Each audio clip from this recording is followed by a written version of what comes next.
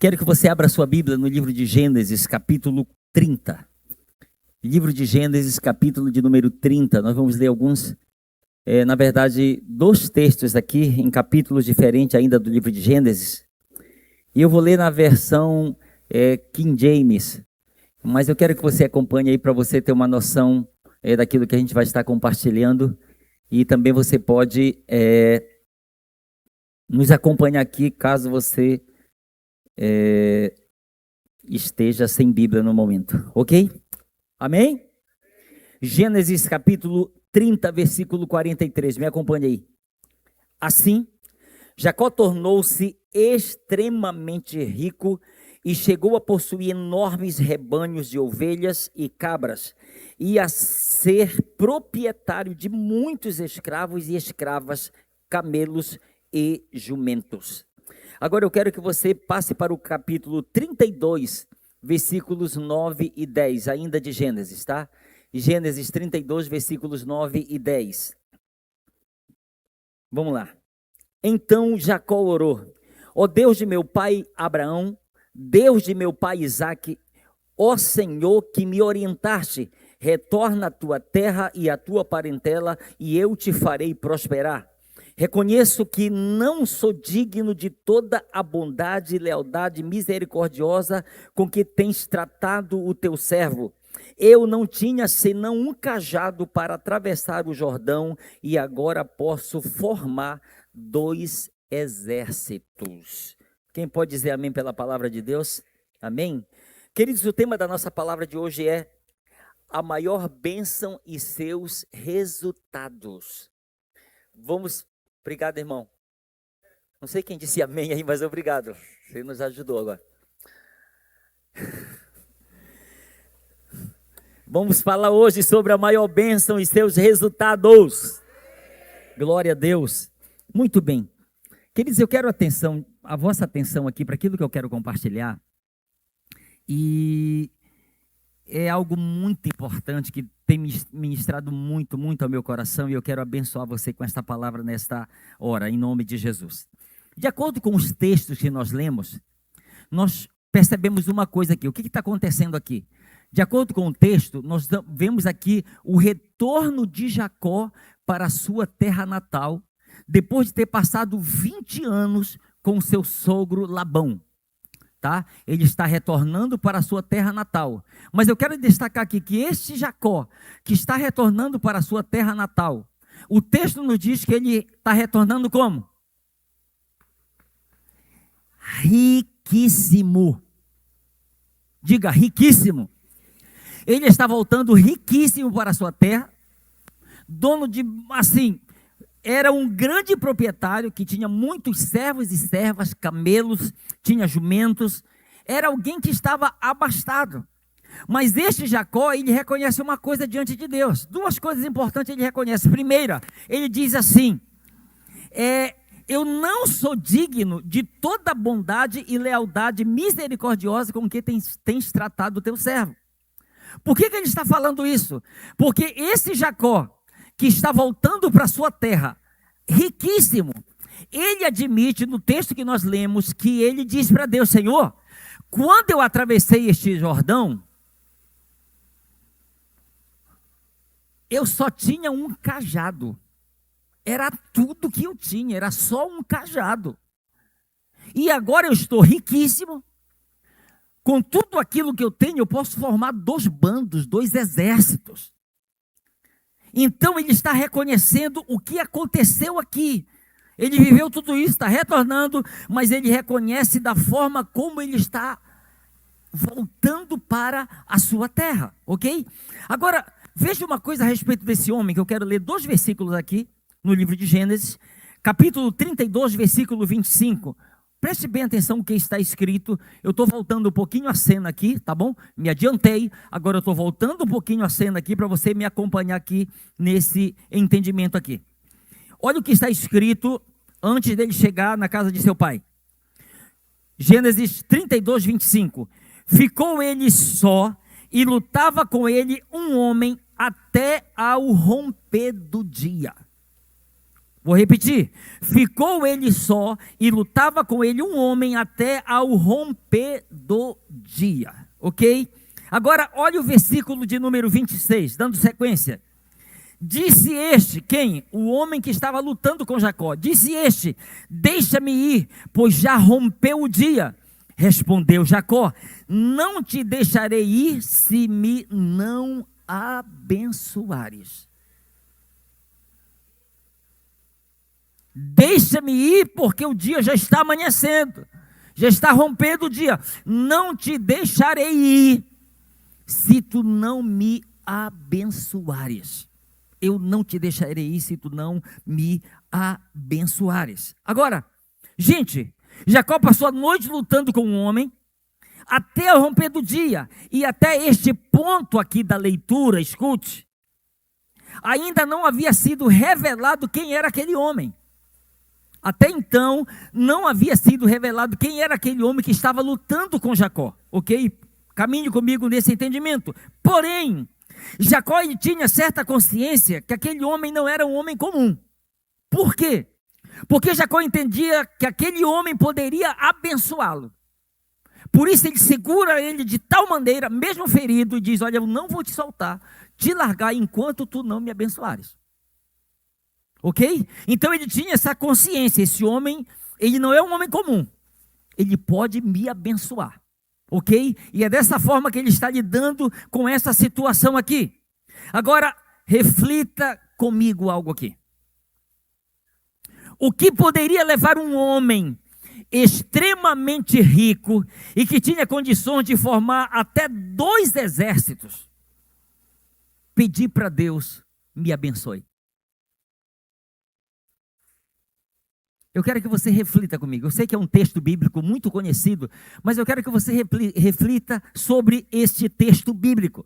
O que leva um homem que tem tudo o que alguém nessa terra pode desejar, riquezas e mais riquezas, bens e mais bens, e ainda chegar a agarrar um homem que ele acredita que ou é um enviado de Deus, ou é alguém além do comum, agarra-o e diz, só vou te soltar quando tu me abençoares. O que pode levar um homem a agir dessa forma? Se ele já tem tudo, o que os homens brigam, se matam para adquirir. Reflita comigo sobre isso. Muitos no dia de hoje, sabe o que poderiam dizer? Eu não peço que Deus me abençoe porque eu já sou abençoado, porque eu já tenho muito. Não precisa, deixa Deus abençoar os outros porque eu já sou abençoado, já tenho muito, sou muito rico. Jesus ele falou uma coisa aqui que eu quero chamar a vossa atenção. Lucas capítulo 12, versículo 15. Na nova versão, na NVT, que diz, em seguida disse, cuidado, guardem-se de todo tipo de ganância, a vida de uma pessoa não é definida pela quantidade de seus bens. Vou repetir, cuidado, guardem-se de toda ganância. A vida de uma pessoa não é definida pela quantidade de seus bens. E o Jesus que está falando isso, está dentro de um contexto que 2 homens chegam com ele e um diz, Senhor, manda o meu irmão me dar minha parte da herança. E Jesus diz, quem vos disse? Ou quem me constituiu juiz sobre vocês? Aí ele entra aqui com essa observação, tenham cuidado, guardem-se de todo tipo de ganância, a vida de uma pessoa não é definida pela quantidade de seus bens. E ele continua contando a história de um homem, uma parábola, a respeito de um homem rico. Um homem rico que tinha, sabe, uma plantação bonita e ele tinha colhido, e ele tinha, o que ele tinha como fartura, o depósito dele, o celeiro era pequeno. E ele diz, o que eu vou fazer? Já sei, vou destruir estes celeiros e vou construir outros maiores. E então depois de eu armazenar tudo, direi a minha alma, muito bem minha alma, tu tens muitos bens para muitos anos, come, regala-te. Então a gente olha aqui para um homem que está se sentindo abastado, feliz, está completo como se fosse. E alguém que está aqui dizendo, olha, eu não preciso que Deus me abençoe, não. Preciso não. Deixa Deus abençoar aqueles que precisam, eu não preciso disso. Mas nós temos aqui um homem riquíssimo, que está dizendo, olha, não vou te soltar enquanto tu não me abençoares. Pastor, o que pode levar um homem nessa condição de Jacó aqui, fazer tal apelo, sabe, forçando como se fosse para ser abençoado? Escute, o que pode levar alguém a ter tal atitude é admitir e reconhecer que as riquezas e os bens materiais não garantem a verdadeira felicidade e nem conseguem preencher o vazio que existe na alma de todo ser humano. Porque se os bens e as riquezas conseguissem fazer isso, me ouça, riquíssimos não estariam se matando, tirando sua própria vida. Por quê? Porque chegaram a um ponto e reconheceram: o que eu tenho não me dá a felicidade que eu preciso. O que eu tenho não preenche o vazio que existe na minha alma. Então imagine um Jacó que tem tudo, mas ainda está dizendo, Deus, eu acho que alguém vai pegar isso que eu vou falar. Um Jacó que tem tudo, mas ainda está dizendo, Deus de meus pais, Deus de meu pai Abraão, Deus de meu pai Isaac. Alguém pegou isso que eu falei, não? Ele ainda está, então é alguém que tem tudo, mas está faltando algo, está incompleto. O tudo que ele tem até agora ainda faz com que uma necessidade maior brote, a ponto de dizer, eu não te soltarei enquanto tu não me abençoares. Escute-me, diante daquele apelo desesperado de Jacó, aquele homem o abençoou, sim ou não? Obrigado. Não, eu falei com toda a igreja. Diante daquele desespero de Jacó, de agarrar aquele homem e dizer, eu não te soltarei enquanto tu não me abençoares. Pergunta, aquele homem abençoou Jacó, sim ou não, gente? Sim, ele o abençoou. Mas a pergunta é, qual bênção foi aquela que aquele homem deu para Jacó?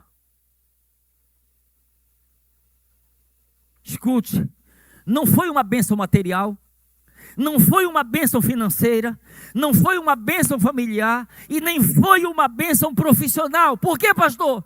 Porque ele já tinha tudo. Entende? Ele já tinha tudo isso. Então a bênção, eu vou repetir, não foi material, não foi financeira, não foi familiar, não foi profissional, porque Jacó já possuía tudo isso. Pastor, me diga qual foi a bênção que Jacó recebeu da parte de Deus no Val de Jaboque. Escute, a bênção que Jacó recebeu foi a bênção que transforma, foi a bênção que regenera o ser humano. Essa foi a bênção que Jacó ainda não tinha, porque até então, Deus era o Deus de seus pais. Ele não era o seu Deus. Por isso ele diz, Deus de meu pai Abraão, Deus de meu pai Isaac. Você vai ver homens como Davi e outros dizendo, meu Deus. E ele está dizendo, Deus de meus pais. Tinha alguma coisa errada? Sim ou não, gente? Tinha alguma coisa errada? Ele tem tudo, mas não tem nada. Ele tem tudo, mas está vazio. Ele tem tudo, mas está precisando de uma regeneração da parte de Deus na vida dele. Ele está precisando da maior bênção, e que essa maior bênção, ela traz resultados. É a bênção da regeneração na vida do ser humano. Aquilo que aconteceu com Jacó, escute, Aquilo que aconteceu com Jacó era uma prévia do que a graça regeneradora de Cristo iria proporcionar a todo ser humano. Porque em Tito, capítulo 2, versículo 11, está escrito: a graça de Deus se manifestou salvadora a todos os homens. Era uma prévia do que haveria de acontecer através da pessoa de Jesus Cristo. E Tito, recebendo da parte de Paulo, ele recebe esse entendimento, que a graça de Deus se manifestou salvadora a todos os homens. Mas eu estou falando sobre regeneração, e a pergunta é: o que é regeneração? Preste atenção, dá uma definição bem clara para você guardar isso no seu coração. Regeneração vem do latim, que é regeneratio, que significa renascimento, renovação. O ato ou efeito de gerar novamente, de restaurar algo ao seu estado anterior, ou de dar nova vida a algo que estava deteriorado ou destruído. O que foi que o pecado fez com o ser humano? O deteriorou, o destruiu. Então, por mais que o homem seja riquíssimo, tenha muitos bens para muitos anos, a sua vida está deteriorada por causa do pecado. Então, a semelhança de Jacó, há uma necessidade de reconhecer e agarrar com toda a força aquele que está aqui nesta hora e dizer: eu não vou te soltar enquanto tu não me abençoares, porque eu preciso de algo que vai além do meu dinheiro, que vai além dos meus bens materiais, porque eu posso sair com o bolso cheio, mas vazio por dentro. Jesus disse: de que adianta o homem ganhar o mundo inteiro e perder a sua alma? E ele vai mais além e pergunta: que daria o homem em troca da sua alma? Jacó poderia voltar completo, de acordo com o olhar e entendimento do mundo, mas ele está voltando vazio para a sua terra, vazio para a sua casa, vazio para a casa de seus pais. Ele estaria voltando assim, dessa maneira. Então, regeneração significa gerar de novo ou dar novo nascimento. Dar novo nascimento. Agora, a bênção regeneradora de Deus na vida de Jacó, ela produziu resultados. Escute antes de eu dar sequência. Se a regeneração de Deus, ela não produzir resultados, me perdoe eu dizer, não foi uma regeneração de Deus. Vou repetir. Eu experimentei a regeneração, mas se essa regeneração ela não produzir resultados na minha vida, não experimentei a regeneração. Experimentei qualquer outra coisa, menos a regeneração, porque ela traz resultados. Quem me entendeu aí? E eu quero falar com você, são 3 resultados, mas eu vou falar um resultado hoje, e vou falar de 2 resultados depois da conferência de missões. Vamos passar um domingo no pause aí, conferência de missões. No outro domingo eu vou dar sequência nessa mensagem aqui, tá bom? Não é porque eu simplesmente queira e tal, gerar uma coisa, não. É por causa do nosso próprio tempo também, e nós queremos aproveitar bem para organizar isso aí bem direitinho e poder toda a programação acontecer bem, de uma forma bem organizada, em nome de Jesus. Então, qual o primeiro resultado que a regeneração trouxe para a vida de Jacó? Preste atenção, foi uma marca, uma ferida. A primeira bênção que a regeneração do Senhor produziu na vida de Jacó, guarde isso, foi uma marca, foi uma ferida. Gênesis capítulo 32, versículo 25. Vendo este que não podia com ele, tocou-lhe na articulação da coxa, deslocou-se a junta da coxa de Jacó na luta com o homem. Você poderia me dizer, pastor, isso aqui, o texto que nós lemos foi físico, foi na coxa. Sim. Mas a palavra tocou-lhe, no hebraico é naga, que significa ser golpeado, ser ferido. Então eu quero que você entenda que o que aconteceu com Jacó no Val de Jaboque não foi apenas um toque físico, foi um toque espiritual. Jacó saiu mancando, mas saiu dali transformado.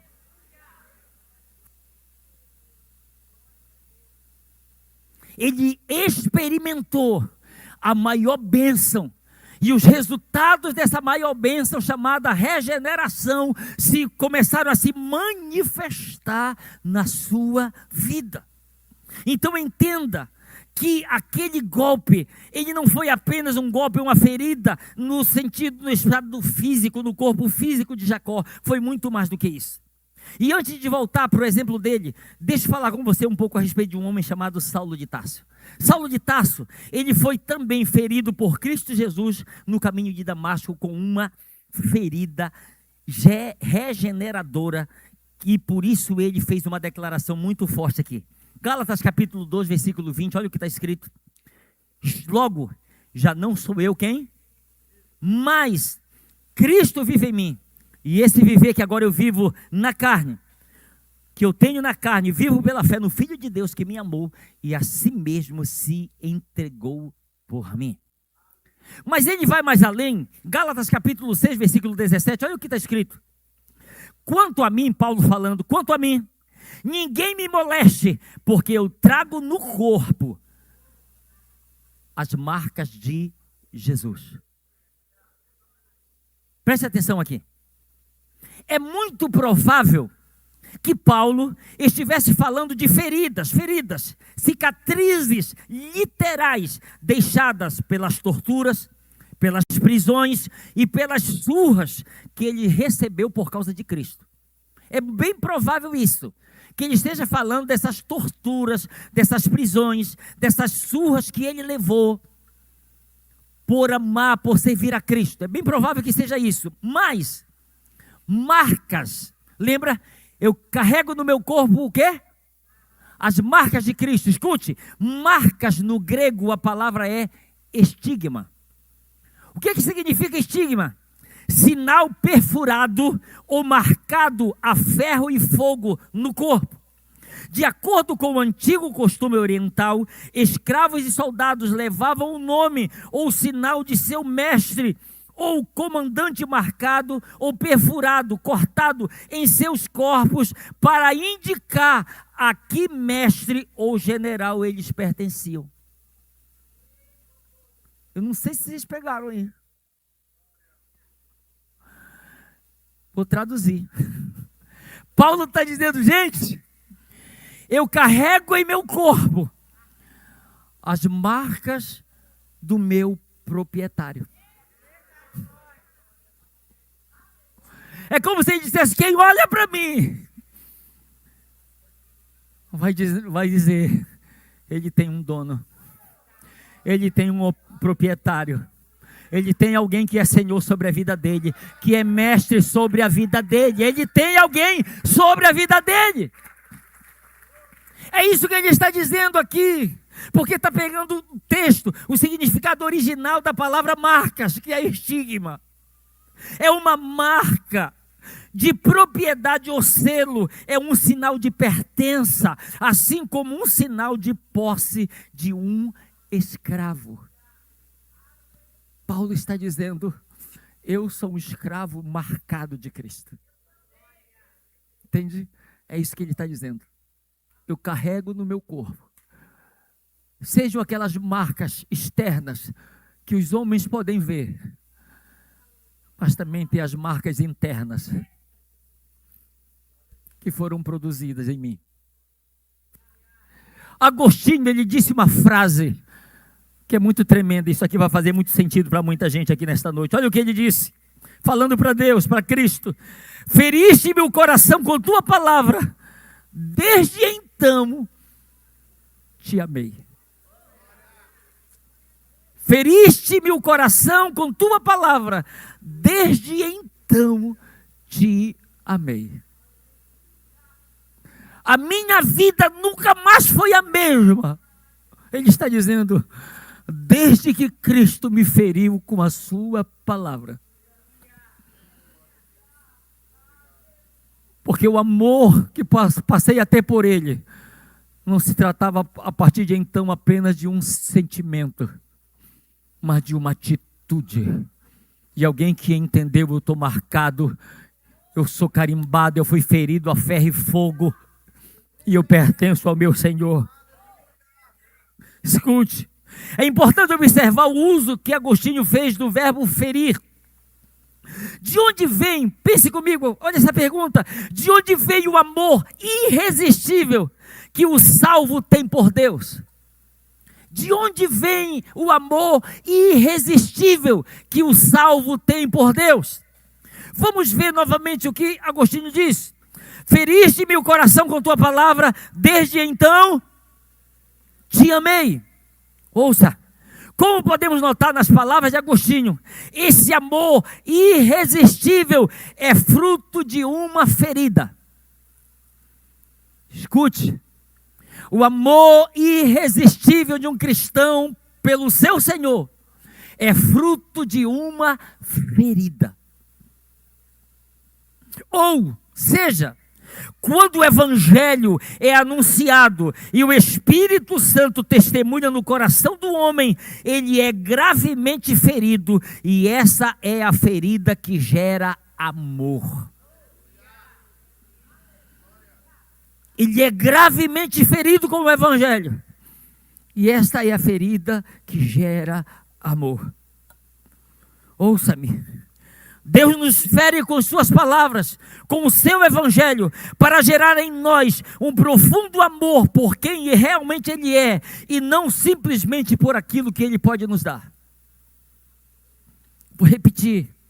Deus nos fere com suas palavras, com o seu Evangelho, para gerar em nós um profundo amor por quem Ele é realmente, e não simplesmente por aquilo que Ele pode nos dar. Eu quero ler um texto aqui. 1 Timóteo capítulo 4, versículo 12. Preste atenção no que está escrito. Vamos lá? Ninguém despreze a tua mocidade. Pelo contrário, torna-te padrão dos fiéis na palavra, no procedimento, no amor, na fé, na pureza. Olha aqui para mim. De acordo com o dicionário, a palavra padrão é aquilo que serve como regra, modelo. Na nova versão internacional, foi traduzida a palavra padrão por exemplo. Mas, de acordo com Strong, padrão, escute, a palavra aqui, padrão, é a palavra grega tupos, que quer dizer marca de uma pancada ou golpe, impressão. Vou repetir. De acordo com Strong, padrão é a palavra grega tupos, que quer dizer marca de uma pancada ou golpe, impressão. A ideia contida na palavra é de que é de um hematoma. Isso mesmo, literalmente a ferida ocasionada por uma pancada. Em outras palavras, o que Paulo está dizendo é que alguém digno de ser imitado precisa ter hematomas, marcas, feridas feitas por Cristo. Porque Paulo é o que diz, 1 Coríntios capítulo 11, versículo 1, sede meus imitadores como eu sou de Cristo. Então o que ele está colocando em jogo o seguinte, ele diz, olha só, sejam meus imitadores. Se vocês perceberem que eu recebi uma pancada, isso criou em mim hematomas. Porque ele está dizendo, a ideia qual é? Para alguém dizer que é alguém digno de ser imitado, precisa ter hematomas, marcas, feridas feitas por Cristo. Agora, eu quero voltar para cá para um ponto aqui. Qual é o ponto? Quem era aquele homem com quem Jacó lutou, que foi capaz de abençoá-lo? Quem era aquele homem? Escute. Os comentários dos pais da igreja sobre as teofanias do Antigo Testamento. Pastor, o que é uma teofania? Teofania era uma forma de Deus se manifestar na antiga aliança, não na sua forma pessoal, mas podia ser na forma de um anjo, podia ser na forma de um homem, mas não era na sua forma pessoal. Isso é chamado de teofania. Então escute, os pais da igreja, sobre as teofanias do Antigo Testamento, eles dizem, o comentário aqui, as teofanias do Antigo Testamento refletem uma interpretação teológica profunda que aponta para a manifestação do Verbo, o Cristo pré-encarnado. Observação, embora a patrística, estudos dos pais da igreja tenha advertência em alguns pontos, especialmente entre as tradições oriental e ocidental, a maioria concorda que o Deus que apareceu nas escrituras hebraicas era o Filho de Deus, a segunda pessoa da Trindade. O que eu quero lhe dizer com isso? Que apesar de ter questionamentos sobre quem era aquele homem, os pais da igreja, eles acreditavam que aquele homem era a segunda pessoa da Trindade, o Verbo, o Cristo. E aquilo já era uma uma prévia daquilo que iria acontecer, que João ele profetiza. Evangelho de João, capítulo 1, versículo 14. E o Verbo virou gente e habitou entre nós. Mas também a profecia de Isaías, ele será chamado de Emanuel, que quer dizer Deus conosco, Deus habitando entre nós. Para os pais da igreja, as teofanias não eram apenas relatos históricos, mas também preparavam o caminho para a encarnação de Jesus Cristo. Elas eram uma pré-encarnação do Filho, apontando para o seu futuro ministério como mediador entre Deus e os homens. Já era uma prévia daquilo que haveria de acontecer. Cristo, ele desce e se manifesta na pessoa, na forma daquele homem, para lutar com Jacó. E você sabe o que é mais interessante? Imagina Deus lutando com Jacó e Deus perde.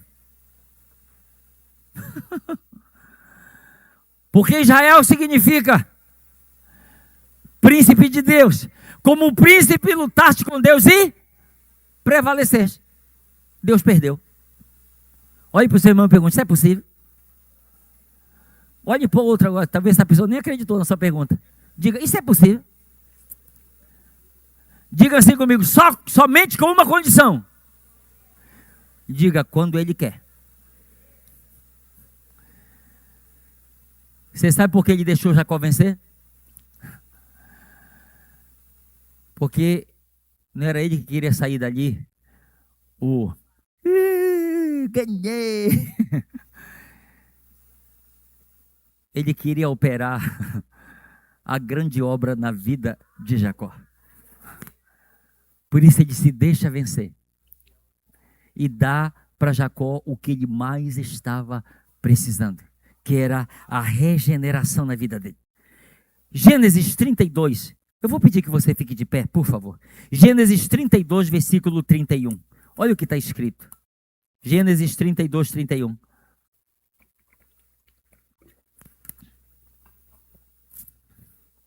Nasceu-lhe o sol quando ele atravessava Peniel e manquejava de uma coxa.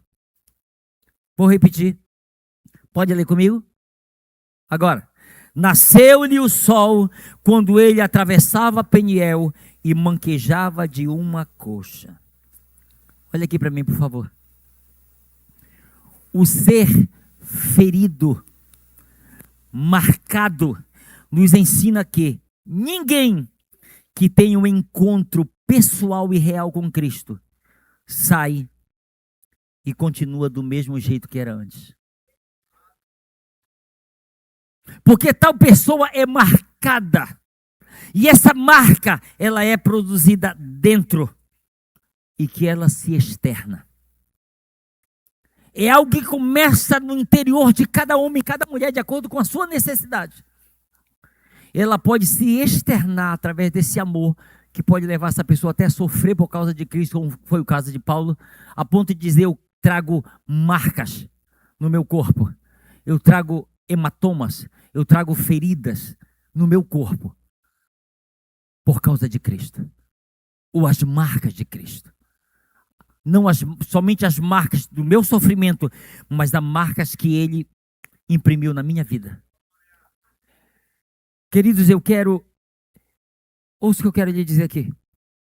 O encontro com o Evangelho de Cristo imprime feridas recebidas por Cristo e por amor de Cristo. Vou repetir. O encontro com o Evangelho de Cristo imprime feridas recebidas por Cristo e por amor de Cristo. Eu quero... Já é de noite agora, né? Agora já é de noite. Eu quero fazer uma coisa com você. Que deixa eu lhe dizer uma coisa. Talvez a minha oração tenha sido a respeito disso aqui que eu estou pregando. Assim como foi de manhã e vai ser no terceiro culto. É que não seja simplesmente mais uma palavra a ser pregada, mas que ela seja como um martelo que esmiuça a penha, como fogo que consome aquilo que é para ser consumido, como a espada de dois gumes, que seja como aquilo que Jesus falou, Deus falou através de Isaías: assim será a palavra que sair da minha boca, ela não voltará para mim vazia, mas fará o que me apraz e prosperará naquilo para que a designei. Queridos, deixa eu lhe dizer, se o Evangelho de Cristo, se a pessoa de Cristo, ela não nos ferir, podemos ganhar na Mega Sena, podemos nos tornar as pessoas mais ricas deste mundo, mais prósperas, mas ainda teremos a nossa alma deteriorada, destruída por causa do pecado. Porque a regeneração, ela é capaz de produzir como que hematomas, feridas, golpes. É capaz de nos ferir e produzir uma transformação tal que nós vamos passar a viver neste mundo com pessoas que foram enganadas pelo inimigo atrás, que tinham tudo, mas ao encontrar em Cristo descobriram que não tinham nada, e que tudo passou a fazer sentido a partir do encontro real que estiveram com Cristo.